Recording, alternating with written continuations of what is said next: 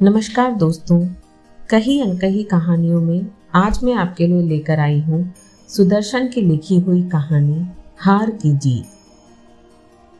किसी माँ को अपने बेटे और किसान को अपने लहलहाते खेत देखकर जो आनंद आता है, वही आनंद बाबा भारती को अपना घोड़ा देखकर आता था। भगवत भजन से जो समय बचता वह घोड़े को अर्पण हो जाता। वह घोड़ा बड़ा सुंदर था, बड़ा बलवान। उसके जोड़ का घोड़ा सारे इलाके में न था। बाबा भारती उसे सुल्तान कहकर पुकारते, अपने हाथ से खरहरा करते, खुद दाना खिलाते और देख देख कर प्रसन्न होते थे। उन्होंने रुपया, माल, असबा, जमीन आदि सब कुछ अपना छोड़ दिया था। यहाँ तक कि उन्हें नगर के जीवन से भी घृणा थी। गांव के बाहर एक छोटे से मंदिर में रहते और भगवान का भजन करते थे। मैं सुल्तान के बिना नहीं रह सकूंगा, उन्हें ऐसी भ्रांति सी हो गई थी। वे उसकी चाल पर लट्टू थे। कहते, ऐसे चलता है जैसे मोर घटा को देखकर नाच रहा हो। जब तक संध्या समय सुल्तान पर चढ़कर 8-10 मील का चक्कर न लगा लेते, उन्हें चैन न आता था। खड़क सिंह उस इलाके का प्रसिद्ध डाकू था। लोग उसका नाम सुनकर कांपते। होते होते सुल्तान की कीर्ति उसके कानों तक भी पहुंची। उसका हृदय उसे देखने के लिए अधीर हो उठा। वह एक दिन दोपहर के समय बाबा भारती के पास पहुंचा और नमस्कार करके बैठ गया। बाबा भारती ने पूछा, खड़क सिंह, क्या हाल है? खड़क सिंह ने सिर झुकाकर उत्तर दिया, आपकी दया है। कहो, इधर कैसे आ गए? सुल्तान की चाह खींच लाई। विचित्र जानवर है, देखोगे तो प्रसन्न हो जाओगे। मैंने भी बड़ी प्रशंसा सुनी है। उसकी चाल तुम्हारा मन मोह लेगी। कहते हैं देखने में भी बहुत सुंदर है। क्या कहना, जो उसे एक बार देख लेता है उसके हृदय पर उसकी छवि अंकित हो जाती है। बहुत समय से अभिलाषा थी, आज उपस्थित हो सका हूं। बाबा ने घोड़ा दिखाया घमंड से। खड़क सिंह ने देखा आश्चर्य से। उसने सैकड़ों घोड़े देखे थे, परंतु ऐसा बांका घोड़ा उसकी आंखों से कभी न गुजरा था। सोचने लगा, भाग्य की बात है, ऐसा घोड़ा खड़क सिंह के पास होना चाहिए था। इस साधु को ऐसी चीजों से क्या लाभ? कुछ देर तक आश्चर्य से चुपचाप खड़ा रहा।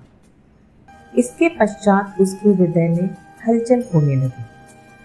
बालकों की सी अधीरता से बोला, परंतु बाबा जी, इसकी चाल ना देखी तो क्या? दूसरे के मुख से सुनने के लिए उनका हृदय अधीर हो गया। घोड़े को खोलकर बाहर गए। घोड़ा वायु वेग से उड़ने लगा। उसकी चाल को देखकर खड़क सिंह के हृदय पर सांप लौट गया।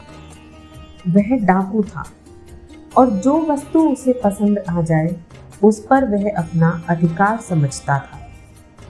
उसके पास बाहुबल था और आदमी भी। जाते जाते उसने कहा, बाबा जी, मैं यह घोड़ा आपके पास न रहने दूंगा। बाबा भारती डर गए। अब उन्हें रात को नींद न आती। सारी रात अस्तबल की रखवाली में कटने लगी। प्रति क्षण खड़क सिंह का भय लगा रहता, परंतु कई मास बीत गए और वह न आया। यहाँ तक कि बाबा भारती कुछ असावधान हो गए और इस भय को स्वप्न के भय की नाई मिथ्या समझने लगे। संध्या का समय था। बाबा भारती सुल्तान की पीठ पर सवार होकर घूमने जा रहे थे। इस समय उनकी आंखों में चमक थी, मुख पर प्रसन्नता। कभी घोड़े के शरीर को देखते, कभी उसके रंग को, और मन में फूले न समाते थे। सहसा एक और आवाज आई, ओ बाबा, इस कंगले की सुनते जाना। आवाज में करुणा थी। बाबा ने घोड़े को रोक लिया। देखा, एक अपाहिज वृक्ष की छाया में पड़ा करहा रहा है। बोले, क्यों, तुम्हें क्या कष्ट है? अपाहिज ने हाथ जोड़कर कहा, बाबा, मैं दुखियारा हूँ, मुझ पर दया करो। रामावाला यहाँ से 3 मील है, मुझे वहाँ जाना है। घोड़े पर चढ़ा लो, परमात्मा भला करेगा। वहाँ तुम्हारा कौन है? दुर्गा दत्त वैद्य का नाम आपने सुना होगा, मैं उनका सौतेला भाई हूँ। बाबा भारती ने घोड़े से उतरकर अपाहिज को घोड़े पर सवार किया और स्वयं उसकी लगाम पकड़कर धीरे धीरे चलने लगे। सहसा उन्हें एक झटका सा लगा और लगाम हाथ से छूट गई। उनके आश्चर्य का ठिकाना न रहा जब उन्होंने देखा कि अपाहिज घोड़े की पीठ पर तन कर बैठा है और घोड़े को दौड़ाए लिए जा रहा है। उनके मुख से भय, विस्मय और निराशा से मिली हुई चीख निकल गई। वह अपाहिज डाकू खड़क सिंह था। बाबा भारती कुछ देर चुप रहे और कुछ समय पश्चात कुछ निश्चय करके पूरे बल से चिल्लाकर बोले, जरा ठहर जाओ। खड़क सिंह ने यह आवाज सुनकर घोड़ा रोक लिया और उसकी गर्दन पर प्यार से हाथ फेरते हुए कहा, बाबा जी, ये घोड़ा अब न दूंगा, परंतु एक बात सुनते जाओ। खड़क सिंह ठहर गया। बाबा भारती ने निकट जाकर उसकी ओर ऐसी आंखों से देखा जैसे बकरा कसाई की ओर देखता है और कहा, यह घोड़ा तुम्हारा हो चुका है, मैं तुमसे इसे वापस करने के लिए न कहूँगा, परंतु खड़क सिंह, केवल एक प्रार्थना करता हूँ, इसे अस्वीकार न करना, नहीं तो मेरा दिल टूट जाएगा। बाबा जी, आज्ञा कीजिए, मैं आपका दास हूँ, केवल घोड़ा न दूंगा। अब घोड़े का नाम न लो, मैं तुमसे इस विषय में कुछ न कहूँगा। मेरी प्रार्थना केवल यह है कि इस घटना को किसी के सामने प्रकट न करना। खड़क सिंह का मुंह आश्चर्य से खुला रह गया। उसका विचार था कि उसे घोड़े को लेकर यहाँ से भागना पड़ेगा, परंतु बाबा भारती ने स्वयं उससे कहा कि इस घटना को किसी के सामने प्रकट न करना, इससे क्या प्रयोजन सिद्ध हो सकता है।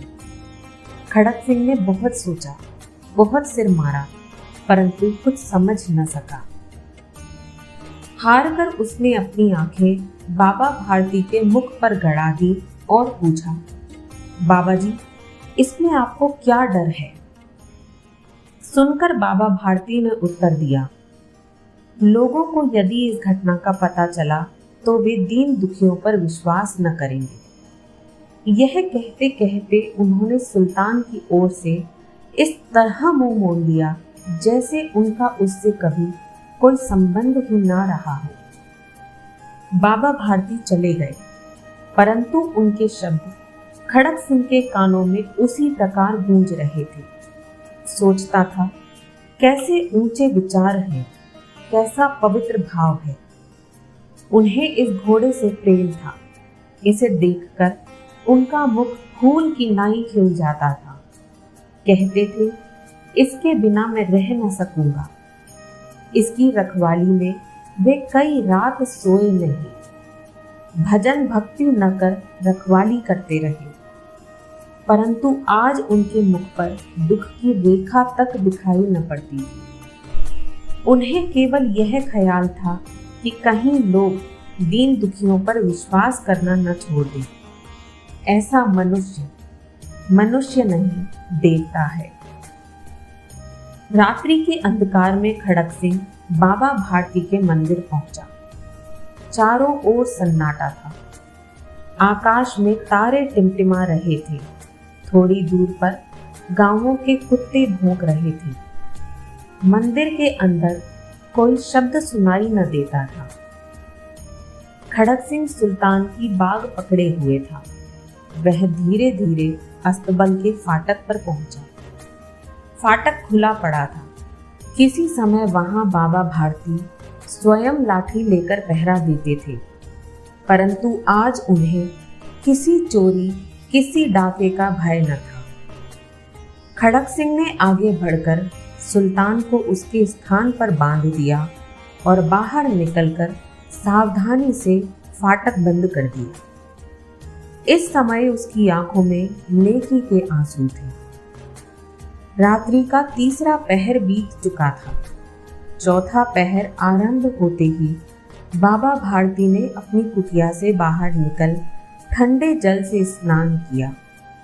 उसके पश्चात इस प्रकार जैसे कोई स्वप्न में चल रहा हो, उनके पांव अस्तबल की ओर बढ़े, परंतु फाटक पर पहुंचकर उनको अपनी भूल प्रतीत हुई। साथ ही घोर निराशा ने पांव को मन भर का भारी बना दिया। वे वहीं रुक गए। घोड़े ने अपने स्वामी के पांवों की चाप को पहचान लिया और जोर से हिमहिमाया। अब बाबा भारती आश्चर्य और प्रसन्नता से दौड़ते हुए अंदर घुसे और अपने प्यारे घोड़े के गले से लिपटकर इस प्रकार रोने लगे मानो कोई पिता बहुत दिन से बिछड़े हुए पुत्र से मिल रहा हो। बार बार उसकी पीठ पर हाथ फेरते, बार बार उसके मुंह पर थपकियां देते। फिर वे संतोष से बोले, अब कोई दीन दुखियों से मुंह न मोड़ेगा।